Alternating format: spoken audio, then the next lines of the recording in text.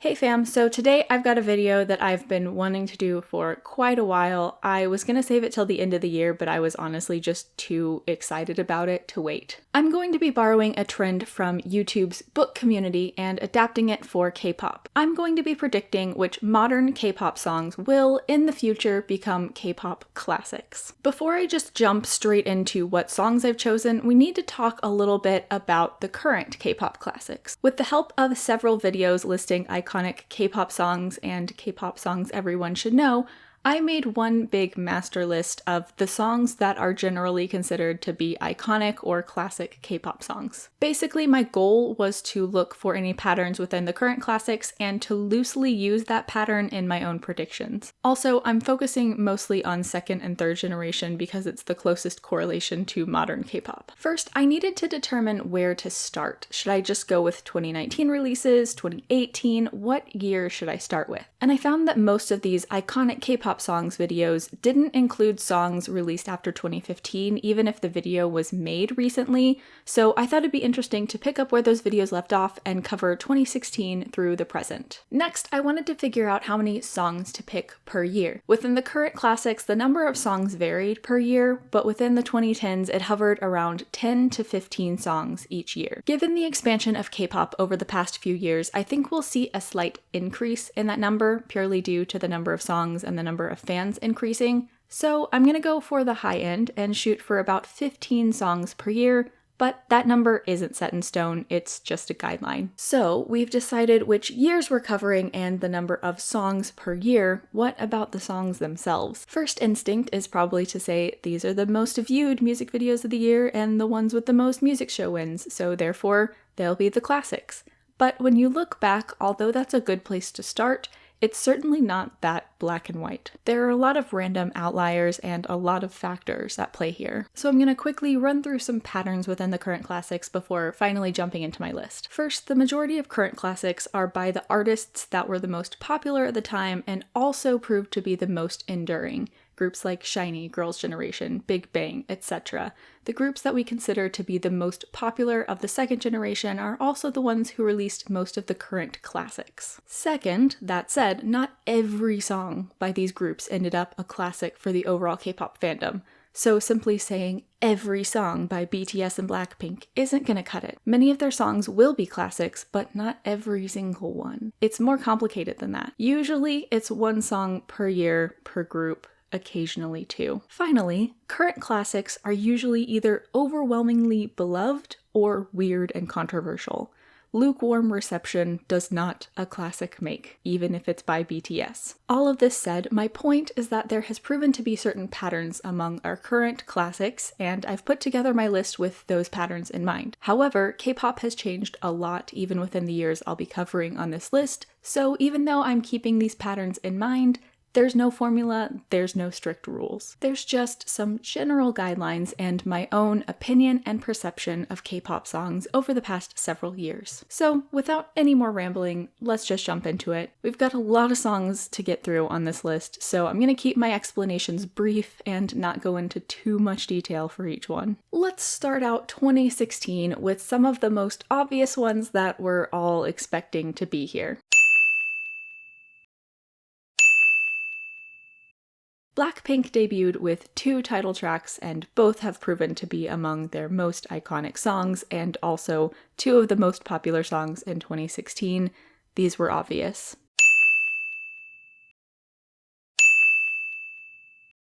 Again, 2 of BTS's most beloved songs, especially Blood, Sweat and Tears, which I could really see ending up in the long run as BTS's most iconic song. Maybe that's just wishful thinking though.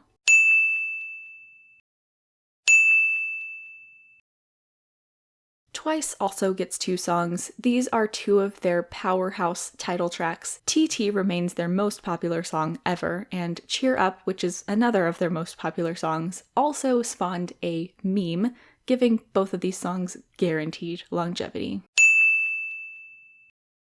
Moving on to our next big group, EXO. Obviously, I couldn't leave Monster off this list. This song was a huge hit for EXO and continues to be remembered as one of their most iconic songs. So this is where things get trickier. The 7 I already talked about were pretty obvious for me, but from here on out is where I think things get murkier and I have to make some judgment calls.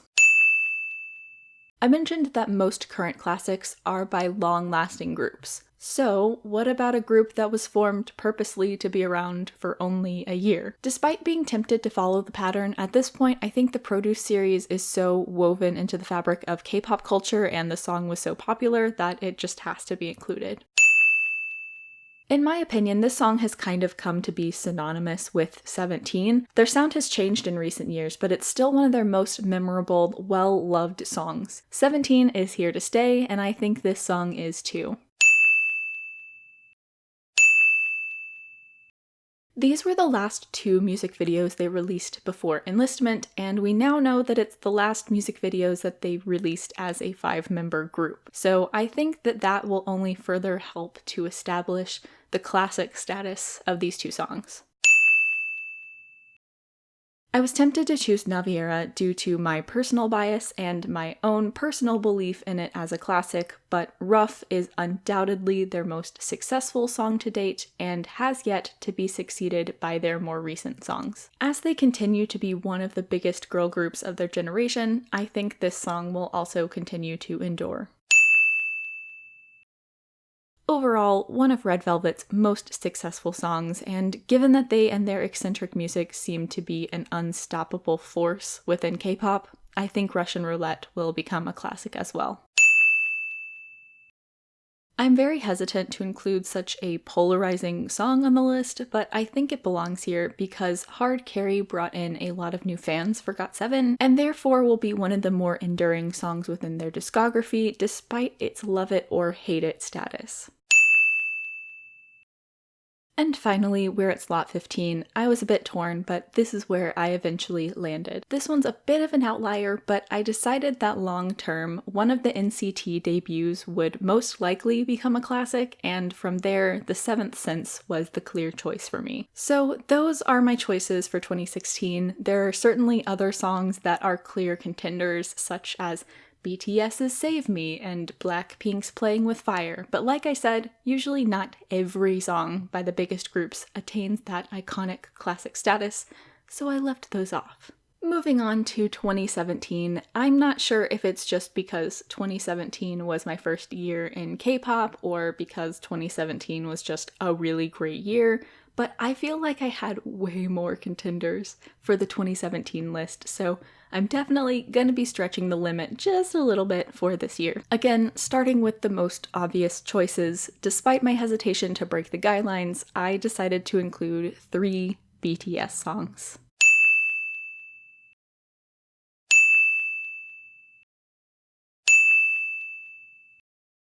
2017 is really the year they started to explode internationally, and both DNA and Mic Drop helped them to do that, so I couldn't exclude either from the list. I also decided to include Spring Day because it's one of the most beloved songs by the fandom itself, which I think cements its classic status as well. This was the song that reignited Sunmi's solo career, and she's been an unstoppable force ever since. The song was everywhere, everyone was doing the choreography. I don't think it's going anywhere anytime soon. Although Twice released several huge songs this year, these are 2 of the most universally loved Twice songs, while the other 2 they released are some of the most polarizing. So I think that these 2 stand the better chance at becoming classics, especially Likey. This is the song that I think has come to be 17's most beloved song by the fandom, and also one of their most popular among the general K-pop fandom. So I think it's a shoo-in, even if it weren't also one of the biggest songs of the year, which it is. This was the only song that Blackpink released in 2017, but it was a doozy. It was one of the biggest songs of the year, and also stands on its own popularity-wise within their powerhouse discography. Red Velvet released a few title tracks in 2017, and I've chosen these two. Both have proven to be some of their most universally popular and loved title tracks, especially Peekaboo, and I think that cements their classic status.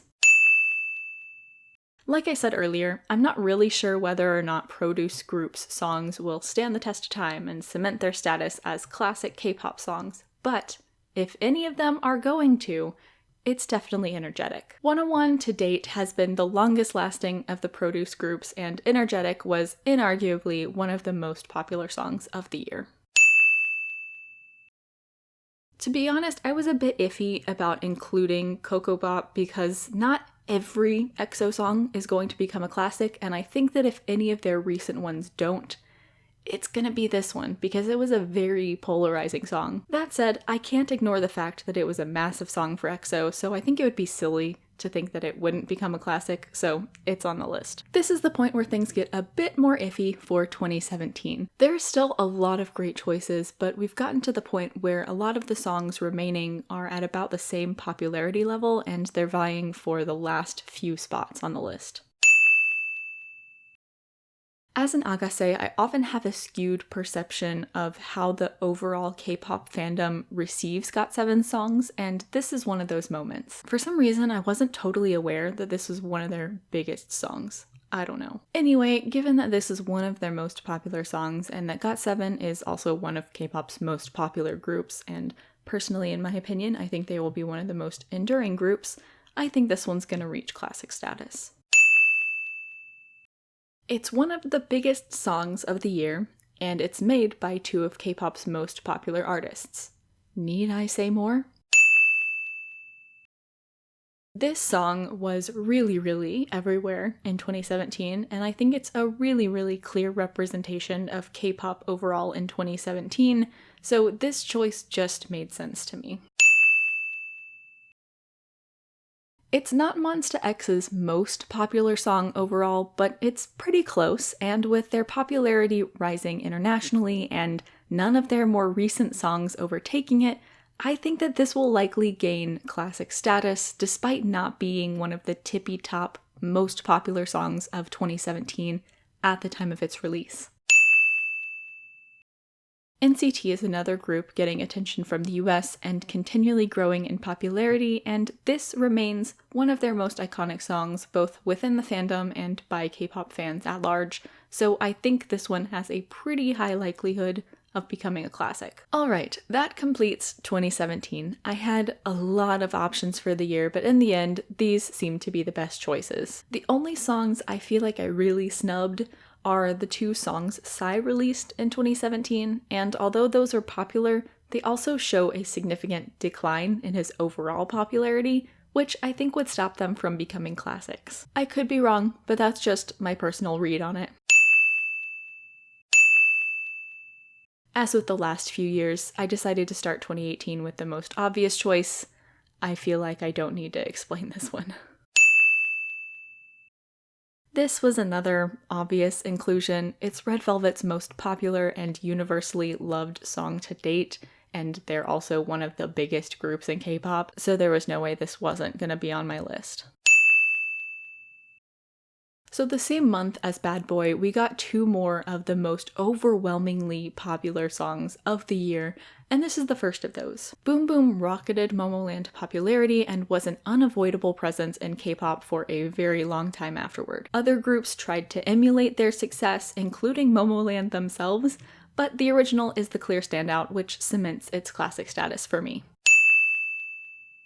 Again, pretty obvious, one of the biggest songs of the year, iKON's most popular song to date, and also the one that gained them a lot more fans and notoriety. This is another one that was just completely unavoidable at the beginning of 2018.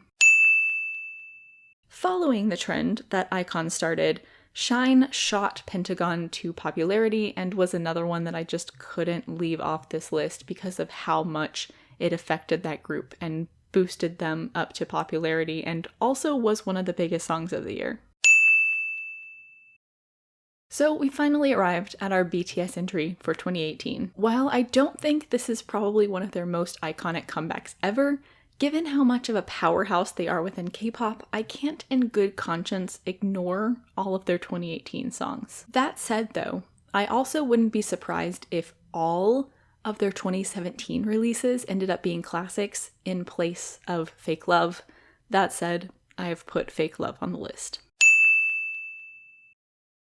I thought about going with Siren because it did get more music show wins, but I landed on Heroine because I think that it's the one that had the bigger impact on the K-pop fanbase as a whole. Maybe I'm wrong, maybe they'll both become classics, but I feel like Heroine was the safer bet.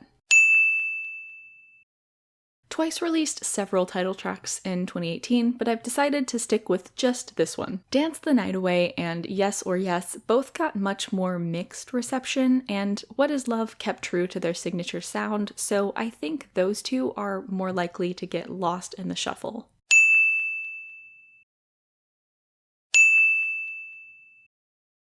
I included both of these songs on the list because musically I think Tempo has more longevity, but popularity-wise, Love Shot has the upper hand. Plus, we went nearly a year and a half without a true EXO comeback, so I wouldn't be surprised if both became classics. This was a massive song for Mamamoo. It marked a distinct change in their sound and got them 9 music show wins. It's also one that I think is kind of the epitome of 2018 K-pop, so I think it has all the markers of a song that will attain classic status. Once again, another wildly successful produce debut, so it would be a bit silly to ignore that and leave this off the list. G-Idol have really cemented themselves as a very powerful rookie group, and La Tata got them started on a strong foot. Although they've continued to be incredibly successful, none of their newer releases has surpassed La Tata, which I think puts it in an even more crushing position.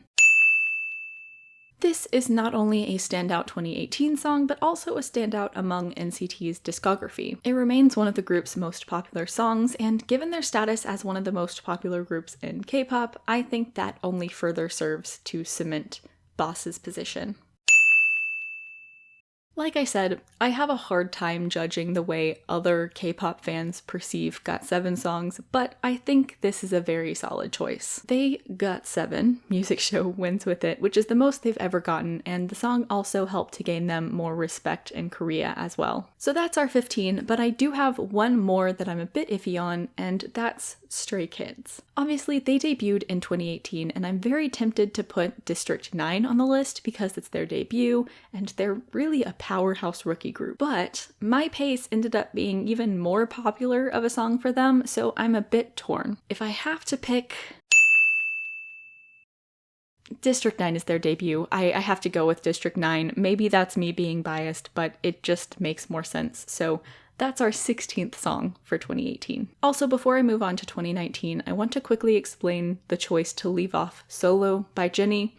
It got such a mixed reception that even though it was very, very popular, I have a difficult time seeing it as a song that will endure as a K-pop classic, especially once she and the other members get more solos. Okay, now on to 2019. Obviously, we're not anywhere near done with the year, so I'm gonna create a partial list for this year. I think I'm gonna cap it off at 10 songs, so about 2/3 of the songs, given that we're 2/3 of the way through the year. I feel like a broken record, but again, an obvious inclusion, hugely successful, broke tons of records, the biggest song of the year so far. Again, right up there with Kill This Love as the 2 biggest songs of 2019. Everyone loves it, lots of wins, success abounds. ITZY came at us hard and have already proven themselves to be, again, a powerhouse rookie group, even with just 2 title tracks. I think Dalla Dalla is a shoo-in, definite future classic, and I think Icy is pretty likely as well. After a couple of comebacks that got lukewarm reception, Fancy brought them back to their signature sound, but with a more mature aesthetic, and it seems to be pretty universally loved, so I think this is another pretty obvious choice. Big Hit's new boy group has already gained a huge fan base in the few months since their debut, and this song did really well for them, so I think it's another 2019 debut that will be a future classic. This is where things get a bit complicated, in my opinion, so since all of this is super recent, I'm just gonna have a bit of fun with these last few picks. Views-wise, it's not near the top, but I think ATEEZ is really making their mark and has gotten really popular really quickly, and since this is their most popular song to date, it seems like the most obvious inclusion. I chose this one mostly because it got them their first music show win, and I think that that helps to give it longevity into the future. Kind of a random choice, but the song took an overbearing K-pop trend, the one-phrase chorus, and kind of made it its own and did something very interesting with it. And despite it being a debut and Everglow not being from like a huge company, it gained them a lot of popularity. So it's a bit of an outlier pick, but I can see it attaining classic status, especially if Everglow continues to rise in popularity like I think they're going to. I was so tempted to pick Oompa Oompa because it's more generally likable and I prefer it, but I think Zimzalabim made the bigger impact despite being a very polarizing song. So that's my last official pick, but I will definitely go out on a limb and say whatever song the new Produce group comes out with will likely be a future classic simply due to it being a Produce group. But only time will tell for that, and with all of my predictions really, that's how this works. So those are my picks. I tried to be as objective as possible, so hopefully no one's down in the comments complaining because they think that I hate a certain song or group, because to be honest, most of my favorite songs aren't on this list, and most of the songs on this list are nowhere near my favorite songs. I mean, if I were going to be really biased, this list would just be Day 6's discography. So that's it for this video. Let me know down in the comments what 2019 K-pop songs you think will be future classics so that we can all look back at this video in 10 years and laugh at how probably wrong all of us were. And as always, thank you for watching.